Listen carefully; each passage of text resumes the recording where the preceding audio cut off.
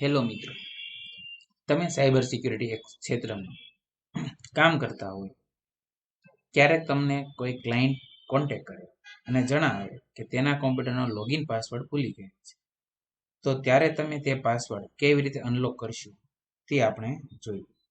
અહીં લિનક્સ કોમ્પ્યુટરનો ઉપયોગ લેવામાં આવેલ છે. બીજા વિડીયોમાં આપણે વિન્ડોઝ કોમ્પ્યુટર પર પણ આપણે શીખીશું. તો સૌપ્રથમ આપણે અહીંયા જોઈએ તો આપણે અહીંયા એક લિનક્સ ઓપરેટિંગ સિસ્ટમ છે અને આપણે અહીંયા એનો પાસવર્ડ આપણે ભૂલી ગયા છે. ફોર એક્ઝામ્પલ હું અહીંયા ટાઈપ કરીશ રૂટ અને પાસવર્ડ ટાઈપ કરીશ 1 2 3 4. તો અહીંયા આપણને બતાડે છે ઇનકરેક્ટ પાસવર્ડ. તો સૌપ્રથમ આપણે કોમ્પ્યુટરને રીબૂટ કરીશું, રીસ્ટાર્ટ.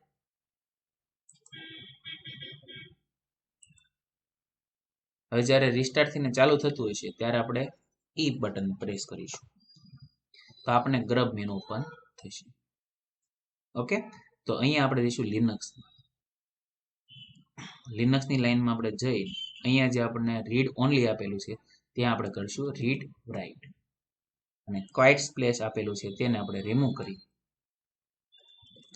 આપણે ઇનિશિયલાઇઝેશન કરાવશું. initialization is equal to bin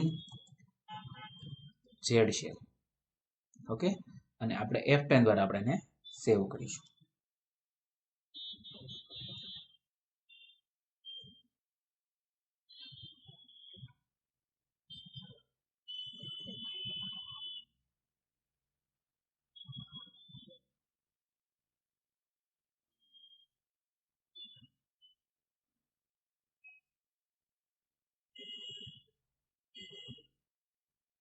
okay, અહીંયા આપણે માઉન્ટ ટાઈપ કરીશું.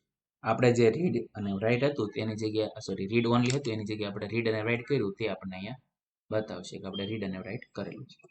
ઓકે, હવે આપણે પાસવર્ડ ચેન્જ કરવા માટે લખશું passwd અને જે યુઝરનો પાસવર્ડ ચેન્જ કરવો હોય એ યુઝરનું નામ લખવું. આપણે રૂટ યુઝરનો કરવો આપણે રૂટ યુઝર લખીશું.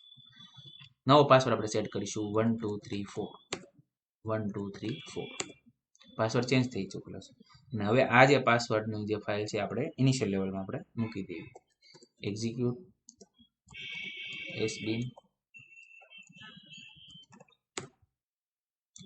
અને હવે આપણો કોમ્પ્યુટર રીબૂટ થશે અને આપણો પાસવર્ડ હવે રૂટ જે પાસવર્ડ હતો આપણે ચેન્જ કરી શકીએ છીએ. રૂટ અને પાસવર્ડ 1 2 3 4.